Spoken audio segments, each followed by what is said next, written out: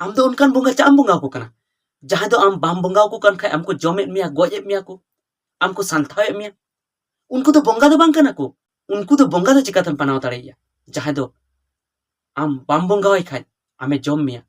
आमा हड़मो रे किचरिज बनुआ आमा रेयार दिन उयु लगी पिछड़ी बनुआ चपल बनुआ टोपी बनु तमा जहां से दाड़ान लगी आमा साइकिल बनु तमा आमा रोग आजार खन बेसो लगी ते डॉक्टर से चला लगी पैसा बनु तमा मेनखान एंते रहो उना समय हुई लेनखान आम दो बोंगा गी हुई तमा आम दो जायगा अखरीन जहां एम चिका उनी दो बाय बाड़ाया आम दो उनी बोंगाय में समय रे तो नो नुकान बोंगा हो आबुरेन हर को बोंगाव को कना चाहे तो मनसा बोंगा कली बोंगा नुकु दो को मेना जुदी बाम बोंगाय खान आमे जम मिया तो इन दो नुकान बोंगा दो बन बोंगा को जहां दो इन बन बोंगाय खान उनी जम मिया आबुरेन तिने मौज बोंगा बना को जहां दो आम चाहे बोंगावाय चाहे बाम बोंगावाय आम दो नापाय गिम तहना हे आदो अरिचली लेकाते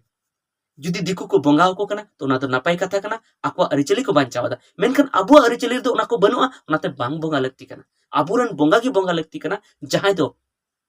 आबो उन सेदाय खना आबो को जतन अगु के बना और बाम बोंगाय कार रहो आमे कोके काम कना आमे गुंगुट काम कना और नापाय ते दो काम कना इन दो उनकान बोंगा दो बन बोंगाव को जहां दो बन बोंगाय खा इने जमे냐 इन दो उनकान बोंगा दो बन बोंगाव को जहां बन बोंगाय खा इन अशांति रे तहना इन दो उनकान बोंगा दो बन बोंगाव को जहां दो इने बतर उचुइ냐 तो होय गाते को नोआ कथा को लई ताबोना जे जहां दो हिंदू कुरान रे बोंगा कना कली बोंगा कना जहां मनसा बोंगा कना आरहों मिद बार मेना को उनको जुदी आम बाम बोंगाव को तबे खान आमेम गुजुआ आमा जहाना हन हुयुआ मेनखान एंते रहो उनको बोंगा तिगी मेना को अच्छा ठीक गया उनको मा तो आको अरिचली कना आको को चेद लेकाया बाको चिकाया उनको तो आको को बड़ाया मेनखान अबो संताल हपन हो अबो आदिवासी हपन हो उनको तायम रे को दड़ कदा आर काली मनसा आरो चेली को मेना को जहां दो मेना को जे उनको जुदी बाम बोंगाव को मिद धाव जुदी बोंगा एहब के आर जुदी उनको बाम बोंगाव को मेनखान तबे खान आमेम गुजुआ बांखान आमा घारोंज रे अडिगान लॉस हुआ तो इन दिन मेना उनको तो चेद लेकान बोंगा कना जहां दो आबुआ सुख शांति बाको नेल साहवा माने आम जहां तिने रगी रेंगेज रगी मेना में आम जहाना मेना ताम चाहे बनु ताम आम दो जहां खन की जुगाड़ करते उनी बोंगावाय में जुदी बाम बोंगावाय कना तबेम गुजुक कना मनसा बोंगा मको ले उनी बिंग कोरन बोंगा कना बांखान आम बिंगे गेरमिया नो नुकाना कथा को लेया तो एंते रहो आबुरेन होड़ जे उना बोंगा रे मेना को गया माने लगिए पढ़ाव गे मेना को बाको बगिया आर नितो अडिगान होड़ onte ko senok kana aku uड़ा रे बाको बोंगाव कान रहो सेदाय खन एंते रहो onte को सेनोक kana आर ओना को छुटे kana तो नोनिया के इंदे मेन ताबोना जे जहां बोंगा नोंकान बोंगा kana को जहां दो आबू बाको नेल सावबना आज बोंगा तिगी हुई तमा उनकान बोंगा दो चेल कान बोंगा kana आर उनको टाइम रे आबू बुन माने बुन बोंगा तिगी मेना बुन दड़ बड़ाय kana बुन उना खन बेटर मा उना खन मौज मा आबुरेन बोंगा मेना को जाहेर आयु मारांग बुरु मोड़े को तुरुई को आरहो चेले को बेंगा मेना को ताबना उनको तो आम बाम बोंगा रहो बाम चिका तिने रिले वाला बोंगा मेना को ताबना तिने निरोड़ बोंगा मेना को ताबना तिने सौत बोंगा मेना को ताबना तिने नापाय बोंगा मेना को ताबना आम जुदी गेल बचर दबे हो जुदी नुको बाम बोंगा को एन रहो आम हंबुट कते को दोहमिया एन रहो आम जतन कते को दोहमिया एन रहो आम बाम चिका इन अडिगान टे आलेरन पेड़ा हो नुका मेना को जहां दो बाको बोंगाव कना चेदा से उनको बोंगा रेना जहां अरी कना ओना बाको बड़ाया अडी हापड़ाम रे उनको को बोंगा लेन ताको ओना तेम आकुरेन जहां भैदी मेना को अडी संगिज रे मेना को आर उनको संगिज रे मेना कोते उनको सला बाको न्यापाम दाड़े काते ओना ना अरी बाको बड़ाया ओना खातिर से बाको बोंगाव कना मेनखान जहां रे आकुरेन भैदी मेना को से जहां रे आकुरेन मेना को ताको आको बंशोरेन उनको दो को बोंगा कान मेनखान उनको को बोंगा कानते की नुको नापाय ती को थैन कना और उनको जुदी बाको बोंगा कर रहो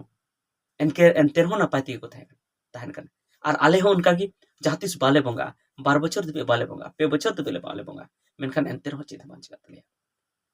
और गोटा संथाल समाज रेन की आबू बाबुन बोंगा रहो आबू द आबुरन बोंगा बुरु दो बाको चिका बना बाको गोज बना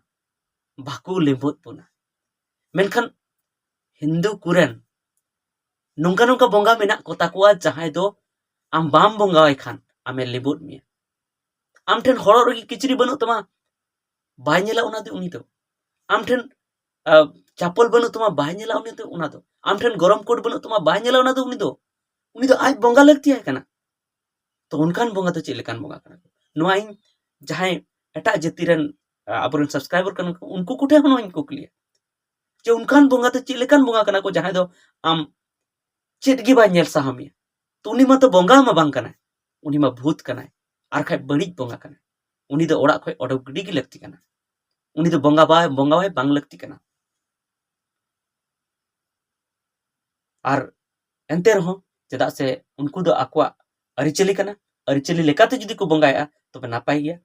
अरिचली आकवा बंचाव को दोहयदा जुदी मनसा पूजा आकवा अरिचली कना ओना आधार ते बंचाव को दोहयदा काली पूजा आकवा अरिचली कना ओना आधार ते बंचाव को दोहयदा दुर्गा पूजा आकवा अरिचली कना ओना आधार ते बंचाव को दोहयदा तो ओना तो ठीक गया मेनखान आबो अरिचली रे मा तो ओना मा मेसा बनो और आबो जुदी उना को जुदी आबो अरिचली बन मेसाया तो आबो समाज हा माने सुरेल का घंटा मेसा कना तो ओना खातिर ते ओना को आबो दो बाबुन मेसाया आबो जहां मेना सदाय खोना जहां मेना तबोना आबो बाहा मेना तबोना सोहराय मेना तबोना मा मोड़े मेना तबोना हरियली जानथार आरो जहां को बोंगा बुरी मेना तबोना बोंगा थान हो मेना तबोना से बोंगा बुरु मेना तबोना उनको दो आबो जुदी 2 बछर धबी हो जुदी बाबुन दिसे को तो उनको दो आबो नेल री को तहना आबो आशीर्वाद री को तहना मेनखान बांगा चेदा से अरिचली सला जो पड़ा मेना तबोना ओनाते सनाम बछर दिसे लगती कना और सनाम बछर बोंगा लगती कना तो इन दो नोआ गे दिसम हड़िन मेता पे जे उना निरोड़ बोंगा मेना को ताबना उना मौज बोंगा मेना को ताबना जहां दो आबो उना जतन कते को दोहय बना हमुद कते को दोहय बना एनते रा आबो एटा होड़ा धर्म से एटा होड़न बोंगा से जहां दो डेंजर बोंगा कना को उनको से चेदा बन तड़ी दिया नोआ हुदिस हुई ताबना तो ठीक गया तेहना वीडियो दो इने गिन रोड ताबना चेलका पे बुझाव केदा ओना कमेंट कते लई ताबन पे और जुदी जहाना बड़ी इन मेन का खाय ओना कमेंट कते लई ताबन पे और हो चेत को बाबत ते इन वीडियो बनाव हुयु तिया ओना कमेंट कते लई ताबन पे और नोआ को लहारना वीडियो रे लई का ताबना जे इहा मोबाइल बनु तिया मिटन जहां मोबाइल मेना तिया ओना महा नितो माने बड़ी इना कैमरा को बाय कामेया नासिना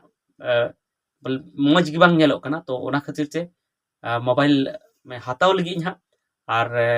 नितो नोंकान परिस्थिति रे हेज कना जे नितो हा उनका बन हाताव दाड़े कना कम दाम रे मोबाइल जुदी हाताव तो खान दो उसरा गी ओना कैमरा क्वालिटी हो बड़ी जो से आर हो जहाना कैमरा ना जहां गी फंक्शन में ना ओना हो बड़ी जो तो ओना खातिर ते जे बेस नो मोबाइल हाताव सनाय दिन कना तो जुदी आपे गोड़ो पे एम दाड़े냐 तो क्यूआर कोड नोडे एम का कना ओना स्कैन कते आपे जहां तने गी गोड़ो पे एम दाड़े냐 मासराम।